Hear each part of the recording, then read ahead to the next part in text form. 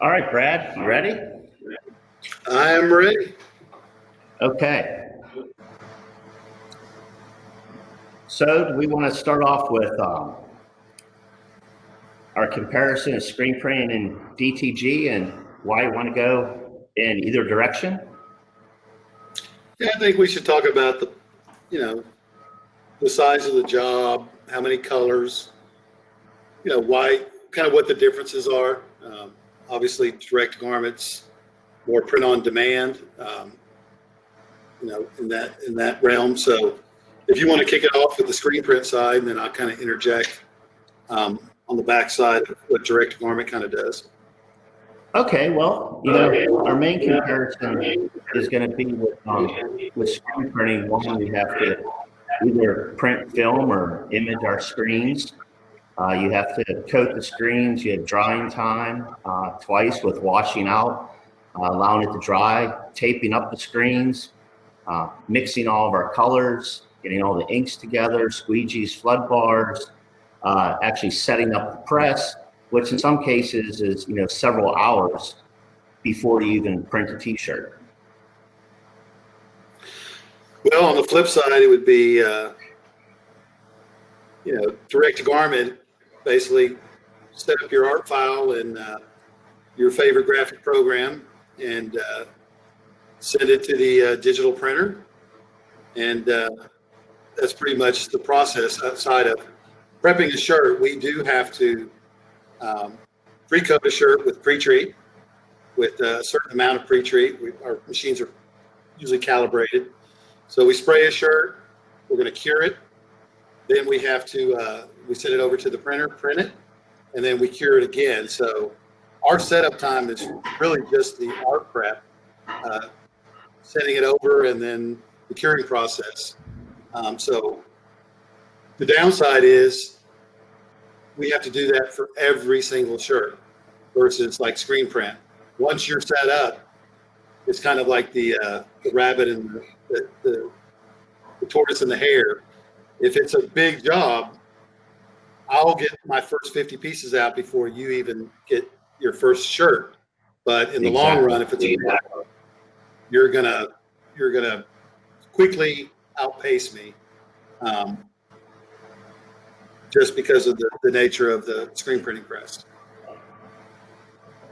Well, it's with the comparison of each with the setup that we were just talking about. What about the longevity of the print and the wash fastness? And what are you seeing with DTG in how many washes you get before you see any like print deterioration or color fading? On that note. I would say as long as you're following, the guidelines and taking the proper steps. Our inks for direct to garment in most cases are usually rated for, 40 to 50 washes if everything's done properly. We're, I believe, right around a 4 rating on your wash test for versus like screen print, I believe is what, a 5 or 4.5. So we're close. We're close. Durability's really nice. It is stretchable. We're screen printing, if it's not done right, it can crack. Same with ours. If you don't cure it properly, your washability will be compromised for sure. Okay, that's good. Good valid points. Another thing that I notice when I go into a lot of shops, some large print facilities and some that are running just DTG. What are your thoughts? When someone asks you about how much room do I need to set up to be a DTG printer? Because we've all seen screen printing presses. You just can't fit them anywhere, and you have larger electrical requirements, and you have water that you need compressed air. Would you say that's an advantage to DTG, is the space and efficiencies? Absolutely. In today's world, we're seeing a lot of people, a large number of our customers running direct to garment are home-based businesses. and smells, chemicals, cleanup, the space it takes is an issue with screen printing if somebody's trying to do this in their home. With direct to garment, I mean, you're talking, a 12 by 12, 8 by 8 room. You can fit all the equipment in. The printer and the pre-treater is typically a 110 electrical requirement, so standard wall plugs. Usually only about 5 amps, so it's it's like a TV or an office jet printer that you would have at your home. So minimal, electrical pull. The biggest would be the heat press itself, usually around 15 amps. So that's going to be the only thing that really consumes energy. But it's a clean process. Like I said, not a lot of smells, and it is something you can do in your home or a small shop for sure. Fantastic. Good. I've got a question. What would you say the limitations of DTG printing are? I would say when it comes to certain materials, such as like dark polyester, we can actually print on dark polyester through a process.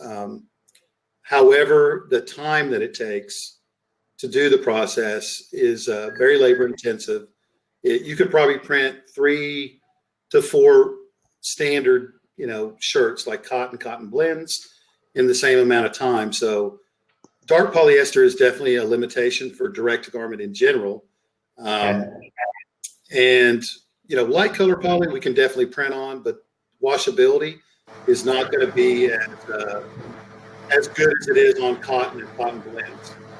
And Hawkeye, if you have anything as well, Hawkeye is our print specialist, sales and specialist. He's got 15 years of experience as well. So yeah, I agree that the polyester, because it is a water-based ink, they don't like each other, so that becomes more of a hindrance than it is anything else. Like Brad was saying, we do have a solution for it, but again, now we're down, instead of 40 to 50 shirts an hour, we're down to 12, 15. We're lucky to do a dark polyester shirt. So that really limits your high run volume also. Now, on screen printing, you guys have this similar solution for polyester? Because we hear a lot in the field too that even screen printers aren't having fun with polyester. So, they kind of give both ways on that. Well, Hawkeye, with screen printing with polyester, because of dye migration, we have certain underbases, low cure inks, an underbase gray or an underbase black to actually stop that dye migration.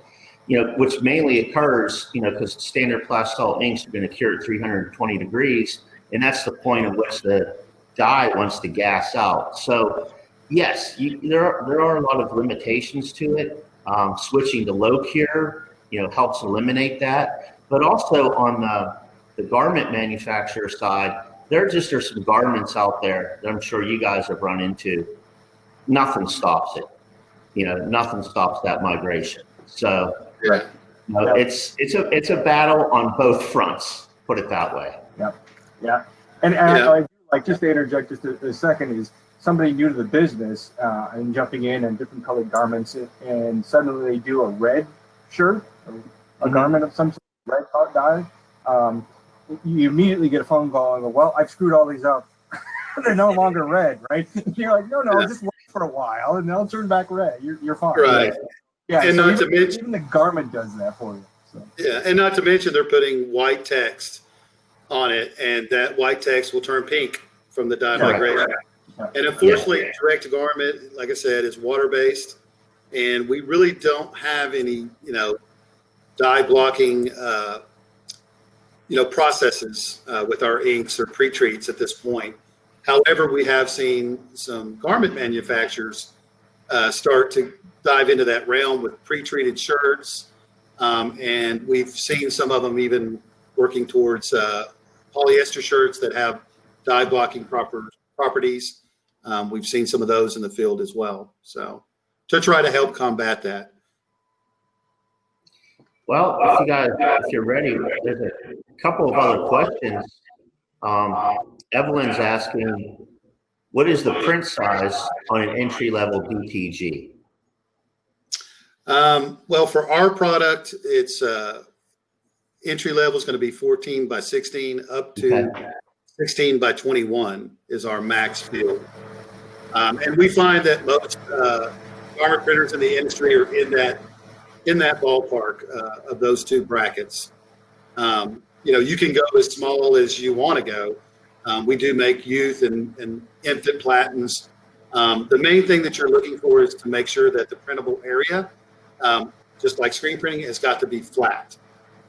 We don't have the ability to go around like a circumference of a ball or a cup. Sure. It has to be something flat. And being water-based, it has to be something that will absorb water.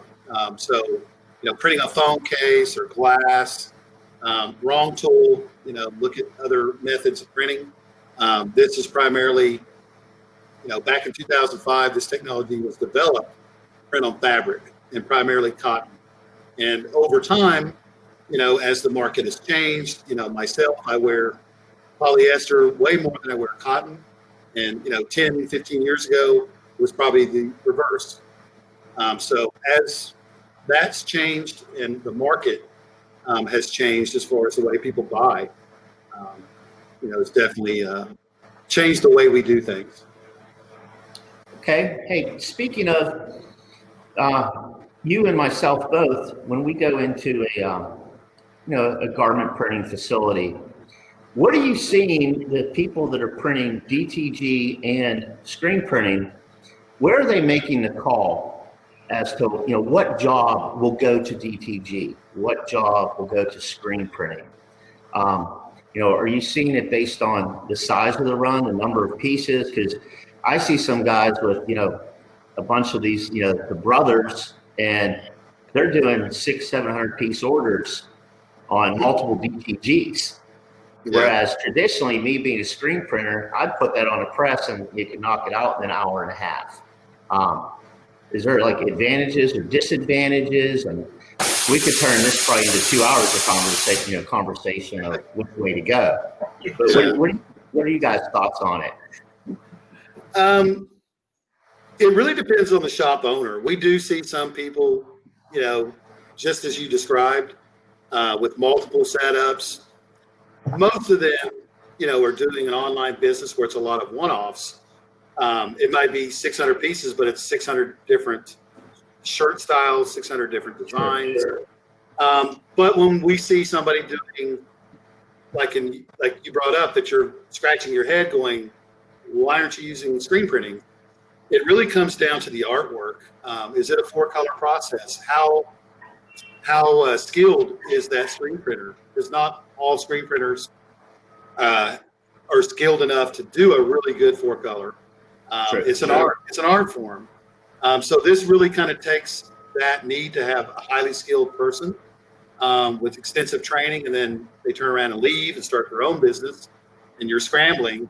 This is kind of the simple way. It's the easy button, push the button, send the file over, it prints it. It's minimal setup. So some people just choose to go that route because of that. And but there are other situations with the artwork. A 1-color job, I have customers call, Hawkeye has it. They ask us, and they have both technologies. When do I do this? This very question. And it really comes down to, well, how many colors are in that design? And sometimes it's just a 1-color white design on a black shirt. Honestly, that would be much better if you're doing 100+ pieces to knock it out on a screen printing press, because there's no real setup. Where if this was a 4-color process design and 100 shirts, I'm going to be done and moving on to the next job before you're probably pulling the last, squeegee. And then you still got to clean it up and reclaim the screens, only to get a phone call about a day or two later to say, you need 6 more. Yeah, or one. One more. Yeah, just need that one. Little Johnny didn't get his shirt. Oh, yeah. well. And to make it worse, if you have a large job, where maybe you've had to split hairs where I've got 5X and I've got youth, and I can't have the 5X with a postage stamp size design because it's got to fit the youth shirt. I may be forced to burn 2 sets of screens. And that just adds to the cost, the complication with direct to garment, whether you've got both technologies or you're just doing direct to garment. That kind of goes away because I grab the file, I send it to the printer, I print it out, and the customer gets what they need. So we see a lot of screen printers utilize direct to garment in that capacity, as well as just what if somebody comes in with a family reunion and they want a photograph. So photorealistic type art, gradients, textures are way more challenging with traditional garment decoration, and digital kind of, takes that tricky part out of it. That continuous tone image is really, that's your starting point. And how skilled are you as a screen printer? So do you want to reproduce that continuous tone, or do you want to break it down? If it's several different colors of reds, how many reds do you want to reproduce? I know a lot of times they knock it down to 2 and 3 color when it should have 4 colors of reds, and now we're just using 1 flat color of red. So it's the reproduction of the image itself, how you want to reproduce it. I would agree. And another thing I wanted to talk about was, with screen printing, we have, regardless of the ink manufacturer, Pantone matching systems for matching PMS colors. How is DTG when, say, you're doing a corporate affiliated logo or something, you have to really hit that like 289C? Are you finding with DTG you're able to hit those Pantone colors and those matches? Okay. Yeah, absolutely. So there's several third-party RIP softwares that work with DTG that are ICC profile to be able to hit those corporate colors. So if you need to do that, we are hitting those colors. Now it's a 4-color process of doing it. So as opposed to you guys mixing that specific Pantone, but it's hard to tell sometimes between the two. Absolutely. Okay. Now, have you, I guess maybe both of you, have you seen, we'll call it print on demand? That seems to be, I know Rob or Brad touched on it a little bit. It seems to be where people are really going with DTG is for those one-offs, those 2 shirts, all the different, colorways and sizes. I'm seeing from the screen printing side is we're seeing more and more shops adding DTG for that simple reason, because of the setup. When someone comes in and, you never want to turn a job down.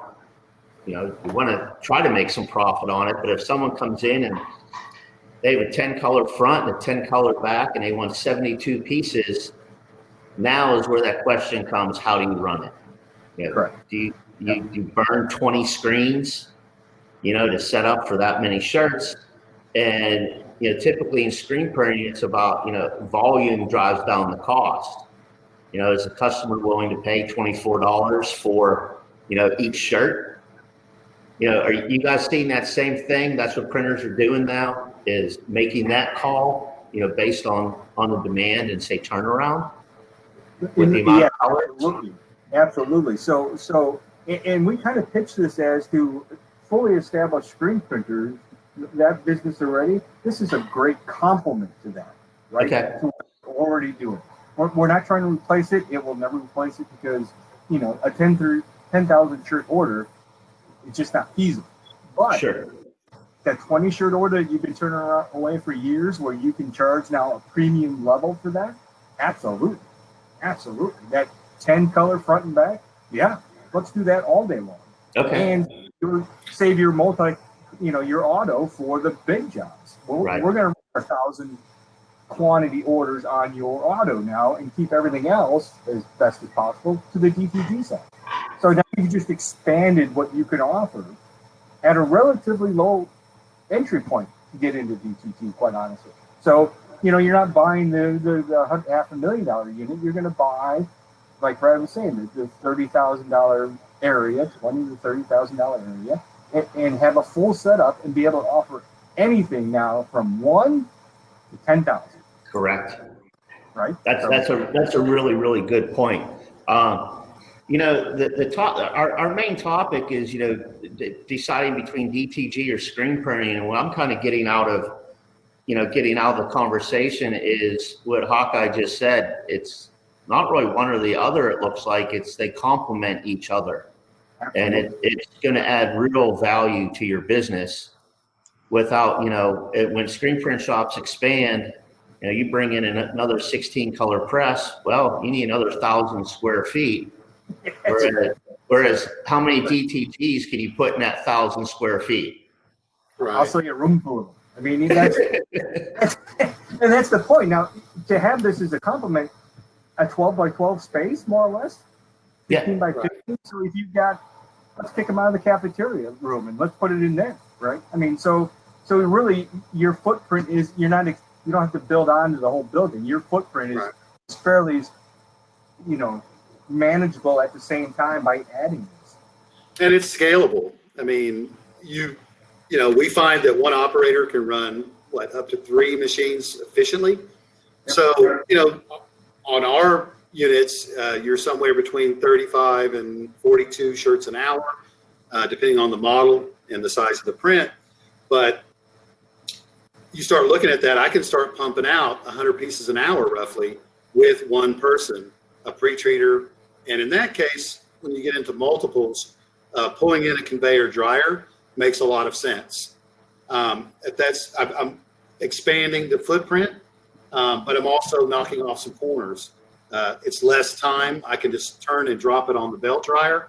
And in some cases, in certain applications, the belt dryer is going to give you a better finish and look. Okay. In the press. So it just allows you to have more tools in your bag, Right. And your expandability can, again, complement what you guys are already doing on the tunnel dryer side. So now I can just walk it over to the dryer today and just drop it on to the tunnel dryer and almost use the same setting.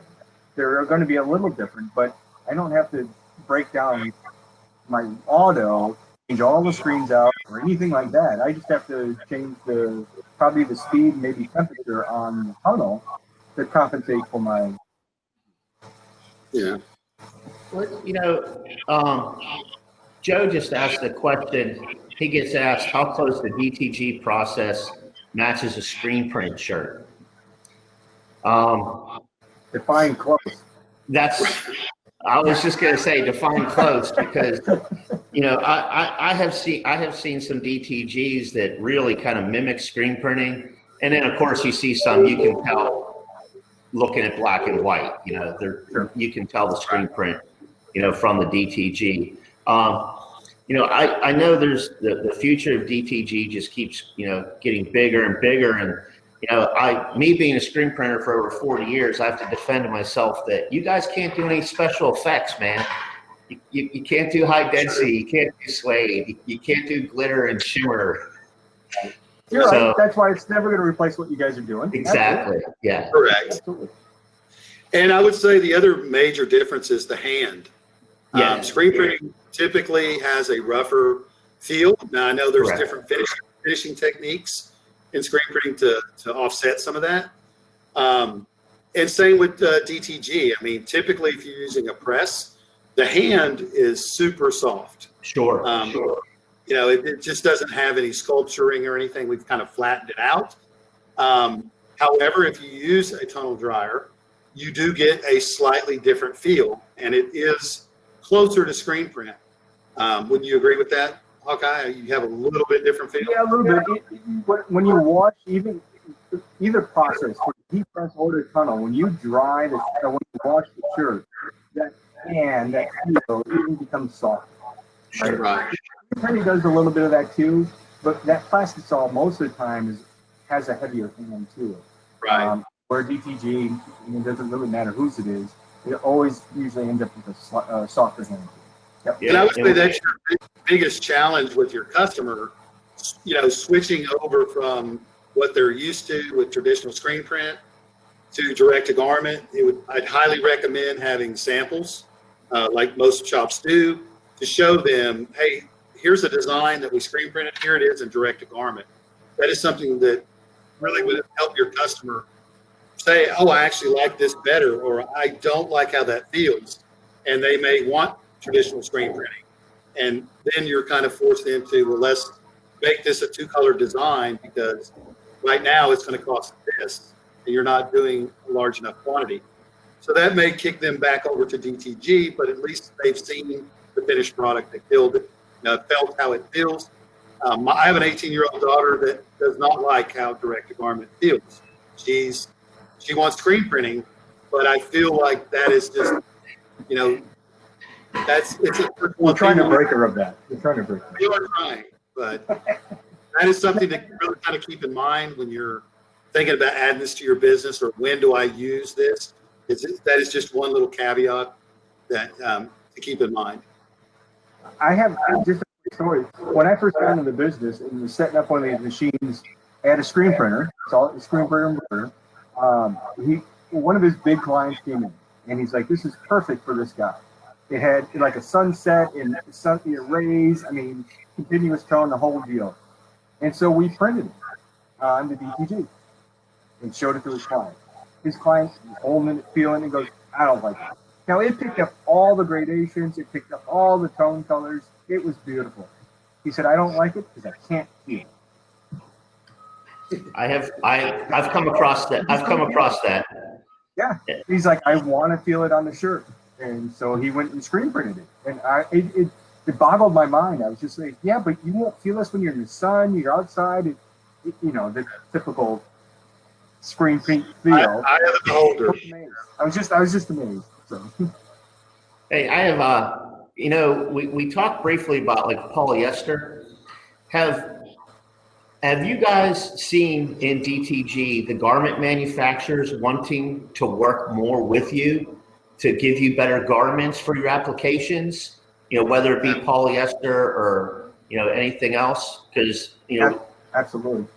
I work a lot with the garment manufacturers, and they're always asking questions what people are looking for. And a lot of times when there is an issue with the garment, they say, well, you guys figure it out. We just make the shirt, Right.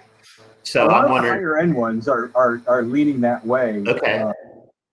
They go, oh, so a tighter weave, a better constructed shirt, that worked better for you guys? And we're like, yeah. And so they their own line, per se, of high-end DTG shirts. Absolutely.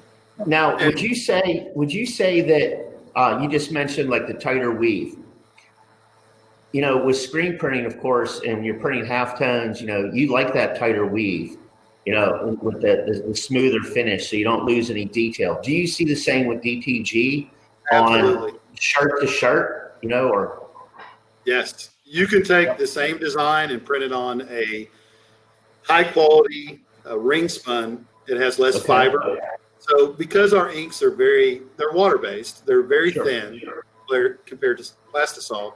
And we lay down our pre-treat, which actually helps trap the white ink to the top. So it's very important to get the right amount of pre-treat. And it's kind of like an epoxy, a part A and a part B. Those two items, when those two liquids touch, they become from liquid to a solid. And then we heat cure it, and that creates a barrier for that ink to get trapped on. And any fiber, so like some shirts, like a Beefy Tee or the old Gildan 2000s and some of those, they were so fibrous that the print just looked bad. You would have molding and sculpturing through the print.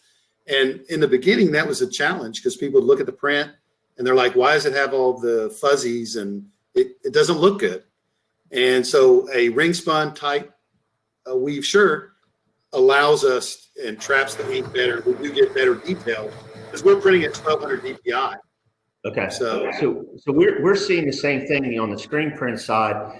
We have rollers you put on the screen. We have flat irons. We've heated rollers where you print your white underbase. And as Brad just said, all the fibers come sticking up. So now you're already going to have a bad print because you're printing on a bad surface to begin with. So, that's where we're seeing that the garment, manufacturers are putting nicer shirts out, but again, they're higher end, they're more expensive, and you have to figure out a way to upsell that to your customer, Yeah, that we get a lot of times at the trade shows are like, we're going to do that specifically. What you're doing with that shirt, everything, we're going to do that. And then 6 months down the road, you talk to them, they're like, well, we found out we could save, 50 cents, $1 if we bought this shirt instead. In being in the business, I go, well, that shirt doesn't look like this shirt anymore, right? That reproduction of that print. And they're like, yeah, but I saved $1. Okay. But what we find is they're having to use even more pre-treat and ink just to compensate to make the print look better.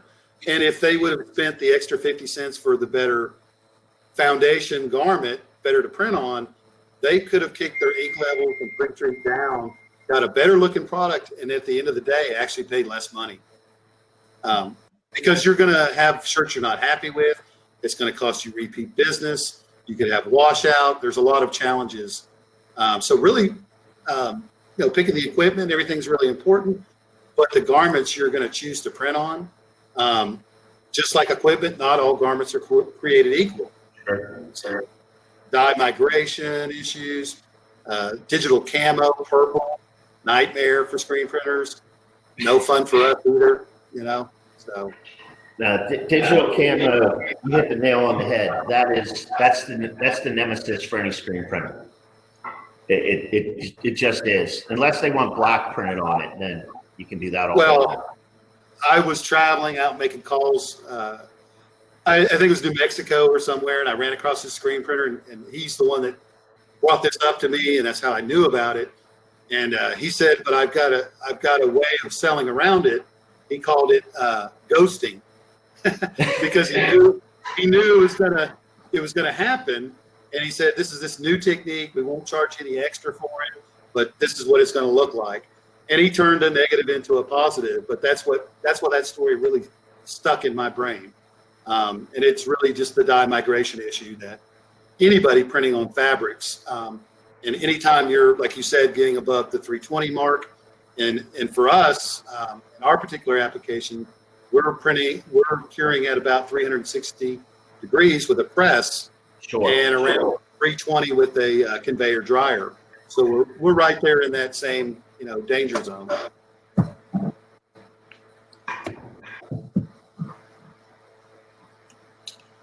Sorry, I was glancing over at the questions as they're coming in. I was just looking at them.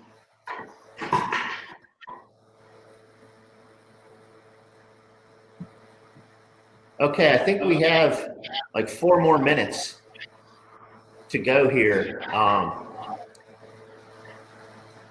I guess maybe we'll finish lastly with, in comparison DTG to screen printing, what would be the average ink cost of a DTG?